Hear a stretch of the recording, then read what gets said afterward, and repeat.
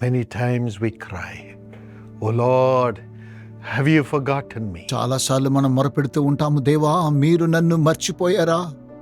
Why this suffering? ఎందుకు ఇలాంటి శ్రమలు? Why this pain? ఎందుకు ఈ యొక్క వేదన? Why the slander of the wicked people that have come against us? ఎందుకు విరోధులైనటువంటి ప్రజలు నాకు విరుద్ధంగా లేస్తూ ఉన్నారు? But the Bible says, Bible ఏం తెలియచేస్తూ ఉన్నది? the Lord remembers us. యెహోవా మమ్మును మర్చిపోలేదు, He will bless us. ఆయన మమ్మును ఆశీర్వదిస్తున్నాడు. Oh, He remembers our name to bless us. మమ్మును ఆశీర్వదించడం కోసమై ఆయన మా పేరును జ్ఞాపకం He చేసుకొనుచున్నాడు. will never forget us. ఆయన ఎప్పుడు మర్చిపోయేవాడు కాడు. Psalm 115 and verse 12 says so. 115వ కీర్తన 12వ వచనం ఇలాగున తెలియచేస్తూ ఉన్నది.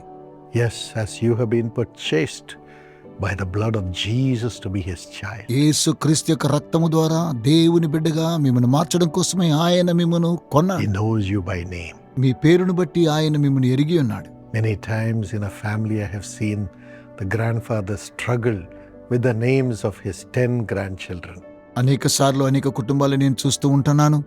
10 మంది పిల్లలు కలిగినటువంటి తాతగారు తమ యొక్క మనవళ్ళ పేర్లు జ్ఞాపకం చేసుకోవడం చాలా కష్టతరం అవుతుంది. But God has billions of children. అయితే దేవునికి కోట్ల కొలది మంది పిల్లలున్నారు. From generation to generation.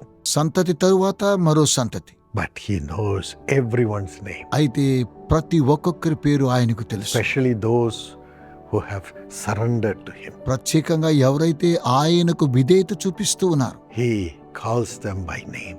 ఆయన వారిని పేరు పెట్టి పిలుస్తూ ఉన్నాడు. He calls every star by name. ప్రతి నక్షత్రాన్ని పేరు పెట్టి పిలుస్తూ ఉన్నాడు. And He says, I'm the God of Abraham, I'm the God of Isaac, I'm the God of Jacob, from generation to generation. ఆయన సెలవిస్తున్నాడు, నేను అబ్రహాము దేవుడను, ఇస్సాకు దేవుడను, యాకోబు దేవుడను, తరతరములకు నేను మీ దేవుడనై ఉన్నాను. God has not forgotten you. దేవుడు మనలను మర్చిపోలేదు. He remembers you. ఆయన మిమ్మల్ని జ్ఞాపకం చేసుకొనొచ్చు. Thank Him for it. ఆయనకు వందనాలు తెలియచేయండి. And believe that He will bless you. ఆయన ఆశీర్వదిస్తాడని మీరు నమ్మండి. Firstly, Hezekiah says in Isaiah 38, 3 and 4. యెషయా గ్రంథము 38వ అధ్యాయము 3, 4 వచనములు మొదటిగా హిజ్కియా ఇలాగున And the సెలవిస్తున్నాడు. Lord says He will die in His sickness. ప్రభు సెలవిచ్చాడు, నీ యొక్క వ్యాధిలో నీవు చనిపోతావు. He cries to God. దేవునికి మొరపెట్టమంటున్నాడు. Remember, O Lord, how I walked before you faithfully. దేవా, నీ ఎడల నేను యథార్థంగా ఏ విధంగా నడుచుకున్నానో నన్ను జ్ఞాపకం చేసుకోమని మొరపెడుతూ ఉన్నాడు. Remember how I walked before you with wholehearted devotion. తండ్రి, పూర్ణ హృదయముతో నేను ఏ విధంగా నీ ఎడల భయభక్తులు కలిగినానో ఆ విషయాన్ని మీరు జ్ఞాపకం చేసుకోమంటున్నాడు. Remember what I have done. నేను నీ కొరకై చేసిన కార్యక్రమాలు జ్ఞాపకం చేసుకో. All the good that I have done in your eyes. నేను మీ దృష్టికి అన్ని మంచి కార్యములను చేశాను. And he wept ఈ విధంగా ఏడ్చాడు. bitterly. గట్టిగా కేకలు పెట్టి ఏడ్చాడు. God heard his cry, దేవుడు అతని యొక్క మొర్రను ఆలకించాడు. remembered him and healed him. అతన్ని జ్ఞాపకం చేసుకుని స్వస్థపరిచాడు. Added 15 more years. 15 సంవత్సరాలు ఆయుష్ని పొడిగించాడు. God will remember what you have done like Hezekiah and raise you up from your sick bed. హిజ్కియా రాజు ఏ విధంగా మంచి కార్యక్రమాలు చేశాడో అలాగుననే దేవుడు అతను జ్ఞాపకం చేసుకున్న రీతిగా వ్యాధి పడక నుంచి లేవనెత్తాడు.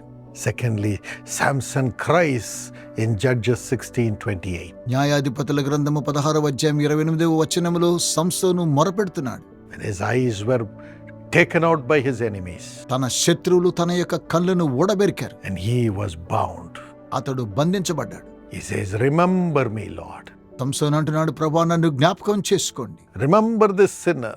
ఈ యొక్క పాపిని మీరు జ్ఞాపకం చేసుకోండి. Strengthen me just one time, O Lord. ఈ ఒక్కసారి మరలా నన్ను బలపరచండి ప్రభువా అంటున్నాడు. And God's strength came upon him again. మరలా దేవుని యొక్క బలం అతన్ని ఆవరించి And his enemies were destroyed. తన యొక్క శత్రువులను నాశనం చేశాడు.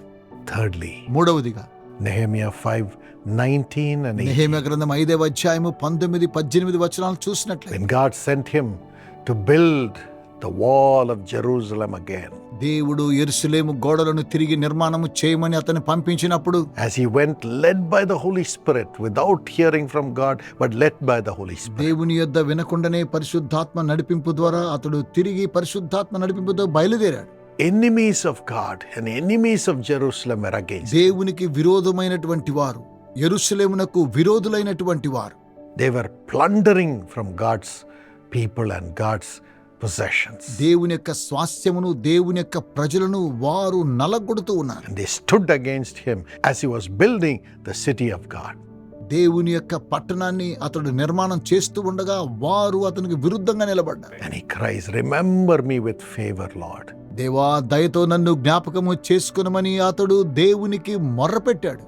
Remember what I have done for your people. మీ ప్రజలకు నేను చేసినటువంటి కార్యక్రమాన్ని మీరు జ్ఞాపకం చేసుకోండి. And God's power came and gave him favor in the eyes of the king. దేవుని యొక్క శక్తి అతని మీదకి రావడం ద్వారా రాజు యొక్క దయను అతను పొందుకున్నాడు. And he overcame the wicked people and built the wall of Jerusalem. అక్కడ ఉన్నటువంటి దుష్ట మనుషుల మీద విజయాన్ని సాధించి యెరూషలేము నగరములను తిరిగి నిర్మించాడు. And again Hannah ఆ cries. తరువాత Hannah విలపించింది.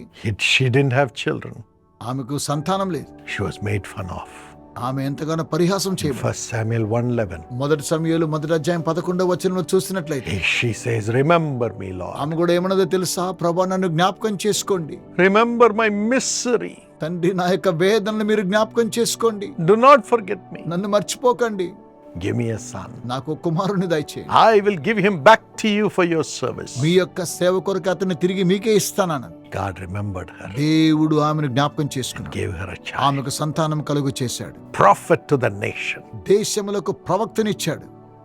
Samuel, her son, built a nation. ఆమె కుమారుడైన సమూయేలు దేశాలను నిర్మించాడు. God will remember you and give you a child. దేవుడు మిమ్మల్ని జ్ఞాపకం చేసుకుని మీకు సంతానం దయచేస్తాడు. God will remember you and heal you. దేవుడు మిమ్మల్ని జ్ఞాపకం చేసుకుని స్వస్థపరుస్తాడు. God will remember you and make you overcome all the enemies of the gospel and God and make you build God's kingdom. దేవుడు మిమ్మల్ని జ్ఞాపకం చేసుకుని సువార్తకు, దేవుని పనికి విరోధముగా ఉన్నటువంటి వారిని నాశనం చేయడం కోసమై ఆయన మిమ్మల్ని జ్ఞాపకం The చేసుకుని Lord will remember you and forgive your sin and strengthen you again. దేవుడు మిమ్మల్ని జ్ఞాపకం చేసుకుని మీ పాపములను క్షమించి మిమ్మల్ని బలపరుస్తూ ఉన్నాడు. May this grace come upon you in the name of Jesus. యేసు నామములో యొక్క కృప మీ మీదికి వచ్చునుగాక. God bless you. దేవుడు దీవించునుగాక.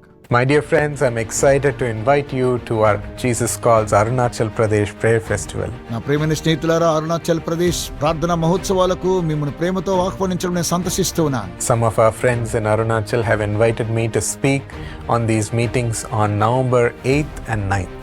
అరుణాచల్ ప్రదేశ్లో ఉన్న కొంతమంది స్నేహితులు నవంబర్ మాసం 8వ తారీఖు నన్ను మాట్లాడమని ఆహ్వానించారు.